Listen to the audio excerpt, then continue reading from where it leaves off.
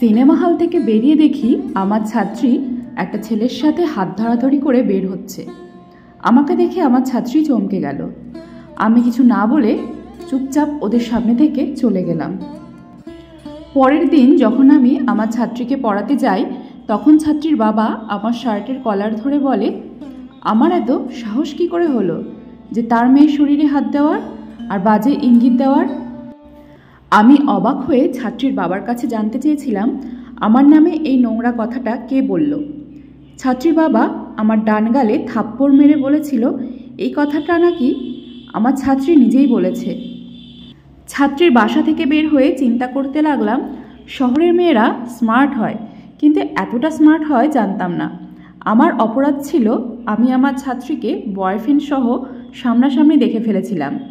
তাই আমার ছাত্রী আমার নামে তার বাবা মার কাছে নোংরা একটা জিনিস বানিয়ে ফেলল, যাতে ওর মা বাবা আমাকে ভুল বোঝে আর আমি কিছু বললেও যেন বিশ্বাস না করে। তার কয়েক মাস পর ইন্টারনেটে 8 মিনিটের একটা ভিডিও ভাইরাল হয়। ভিডিওটা আমার ছাত্রী ও তার বয়ফ্রেন্ডের। আমি তখন আকাশের দিকে তাকিয়ে শুধু মুচকি একটা হাসি দিলাম। আমি যে মেসে থাকি সেই মেসে আমি বাদে সবাই স্মার্টফোন ব্যবহার করে। সহজ কথা বলতে গেলে আমি বাদে সবার পারিবারিক অবস্থা খুব ভালো। মেসে আমার রুমমেটে 4000 টাকা হারিয়ে গেল। সবার ধারণা হলো আমি টাকাটা চুরি করেছি, কারণ আমি সেদিন কম দামের একটা স্মার্টফোন কিনেছিলাম। পাশের রুমের এক বড় ভাই তিনি জোর গলায় বললেন উনি নাকি নিজে চোখে দেখেছেন আমি আমার রুমমেট মামুনের ব্যাগ হতে টাকা নিয়েছি। আমি তখন কিছু বললাম না, কারণ আমার কিছু বলার মতো পরিস্থিতি ছিল না। বড় ভাইকে সবাই খুব মানত, আমি কিছু বললেও লাভ হতো না। আমি দোকানে গিয়ে দোকানদারের হাতে পায়ে ধরে ফোনটা ফেরত দিয়ে সেই টাকাটা আমার রুমমেটকে এনে দিলাম। চোরের অপবাদ নিয়ে সে মেস থেকে 5 মাস আগে বের হয়ে গিয়েছিলাম। আজ সেই মেসে বড় ভাই আমাকে খবর দিয়ে নিয়ে এসেছে। সবার সামনে বড় ভাই আমার হাত ধরে বলল, পিয়াস আমায় ক্ষমা করে দিস, আমি সেদিন ইচ্ছা করে তোকে চোর বানিয়েছিলাম। আসলে সেদিন টাকাটা আমি চুরি করেছিলাম। বড় ভাইয়ের ক্যান্সার ধরা পড়েছে, তার মাঝে মৃত্যু ভয় ঢুকে গেছে। আমি বড় ভাইয়ের দিকে তাকিয়ে শুধু মুচকি একটা হাসি দিলাম। শ্রাবণী তার সামনে রাখা গ্লাসটা আমার মুখের ওপর ছুঁড়ে মেরে বলল, তোর মতো ভিখারির কী করে সাহস হয় আমাকে এসব বলার? তুই ভালো ছাত্র ছিলি দেখে তোর নোট পাওয়ার লোভে তোর সাথে বন্ধুত্ব করেছিলাম, আর তুই সেই কিনা আমাকে আজ প্রেমের প্রস্তাব দিস। সেই শ্রাবণীর খুব বড়লোক ছেলের সাথে বিয়ে হয়েছিল, কিন্তু বিয়ের 3 বছর পর সে আজ আমার সামনে বসা। শ্রাবণী তার স্বামীর বিরুদ্ধে একটা নির্যাতনের কথা বলছে, আর আমি এসআই বাবুল বাসার পিয়াস সুন্দর করে নোট করছি এবং থানায় বসে মুচকি মুচকি হাসছি। কথা বলার এক পর্যায়ে শ্রাবণী আমায় বলল, সেদিন যদি তোর প্রস্তাবে রাজি হয়ে যেতাম তাহলে আমার কপালে আজ এত কষ্ট থাকতো না। আমি কিছু না বলে শুধুই নিচের দিকে তাকিয়ে মুচকি হাসি হেসে যাচ্ছিলাম।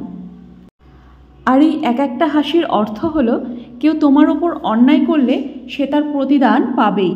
আজ একটা কথা খুব মনে পড়ছে, দুনিয়াতে মানুষ মানুষকে ক্ষমা করে দিলেও ভগবান প্রকৃতির মাধ্যমে সব হিসাব করে মানুষকে তা ফিরিয়ে দেয়।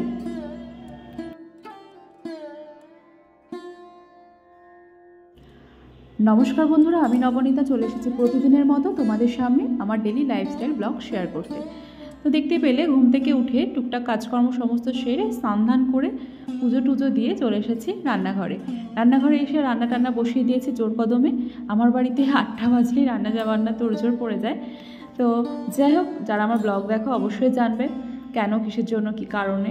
তো দেখো এখানে আমি একটু রসুন থেতো করে নিচ্ছি, কারণ পাট শাকে দেবো। পাট শাক আমার খুব প্রিয়, কিন্তু এখানে সেভাবে পাওয়া যায় না, তো বাবা মাঝে মধ্যে নিয়ে আসে। আর আমার বাড়ি যেহেতু গ্রামে, তো ওখানে প্রচুর ক্ষেত চারিপাশে, তো সেখানে এখন পাট শাকের সিজন চলছে, তো প্রতিদিন বেশ পাট শাক খাওয়া যায়। তো যাই হোক, দেখো আমি পাট শাকের জন্য রসুনটা থেতো করে নিয়েছি, গোটা রসুনই থেতো করেছি। তো দেখো এই আঁশগুলো কি সুন্দর ছেড়ে যাচ্ছে। তো যাই হোক, এবার তেলের মধ্যে একটু কালো জিরে আর রসুন ফোড়ন দিয়ে পাট শাকটা বানিয়ে নেব। তো আমার খুব প্রিয় এই পাট শাক। আর পাট শাকের ডাল ভালো লাগে না, অনেকে পাট শাকটা অন্যরকম করে রান্না করে, সেটা ভালো লাগে না। আমার শুধু শাক ভাজাটাই খেতে ভালো লাগে। তো দেখো একটা একটা করে রসুনের কোয়াগুলো আমি ছাড়িয়ে নিচ্ছি। তো বসে বসে একটা একটা করে রসুনের আঁশ না ছাড়িয়ে এইভাবে থেতো করার পরও একবারে বেশ খুব সহজে উঠে যায়। তো যাই হোক, চলো আর আজকে করবো একটু পটল সর্ষে পোস্ত দিয়ে। আর আগের দিন একটু সর্ষে পোস্ত বাটা ফ্রিজে রয়েছে, যেটার কথা আমার মনেই থাকে না। আর আমার হাজব্যান্ড অনেক দিন ধরে বায়না করছে পটলের দোরমা খাবে। তো আমার এখন সেই দোরমা বানানোর সময় নেই, একদম ইম্পসিবল। কারণ এখন আমাদের বাড়িতে কাজ চলছে, তার মধ্যে এত কাজকর্ম, আর এইসব বানাতে গেলে না শুধু একটা রেসিপি করলে ভালো হয়, কিন্তু এত পঞ্চব্যঞ্জন রান্না করার পর ওইসব বানানো একদম ইম্পসিবল। তো আমার পক্ষে সম্ভব না। আমি সর্ষে পোস্ত দিয়ে ওকে একটু তরকারি মানে ঝাল করে দেবো মাখা মাখা করে। তো যাই হোক, রান্নাটা বসিয়ে দিয়েছি। আর এখানে সকালে বাবা রুটি খাবে, তার জন্য কুমড়ো ছেচকি বানাচ্ছি। ওদিকে আমার ডাল সেদ্ধ বানানো হয়ে গেছে, মানে আজকে মুসুরি ডাল সেদ্ধ বানাইছি। আগের দিন কলাই ডাল করেছিলাম, তো অনেকটা রয়েছে। তো এখানে দেখো মা বাবার জন্য এই 3-4টে মতো রুটি বানাচ্ছিল ছোটো গ্যাসটায়, কারণ রান্নাঘরে যেহেতু বড় গ্যাস দুটো আটকা রয়েছে, আমি রান্না করছি। আর এই টাইমটা এমনই একটা টাইম, ভাত ডাল সবজি রুটি আমাকে একই টাইমে নামাতে হবে। তো কি করে কি করব বলো? তো মানে এই টাইমে বাবার খাবার পাঠাতে হবে, আমার হাজব্যান্ড খেয়ে বাবার খাবার নিয়ে যাবে, আমার মেয়ে খাবে। তো বুঝতেই পারছো, যেহেতু আমার মেয়ে হাজব্যান্ড সকালবেলা একটু ভাত খায় টিফিনে, তো আমার হাজব্যান্ড এসব লুচি টুচি সহ্য করতে পারে না, রুটি। তোকে একটু ভাত দেওয়ারই চেষ্টা করি, কারণ আবার বিকেল 4টার সময় এসে খাবে। তো এই দেখো কাজকর্ম করতে করতে আমি একটু ঘরে এসেছি। তো সোনায়ের এসেছে বুনুর সাথে ও খেলা করছে।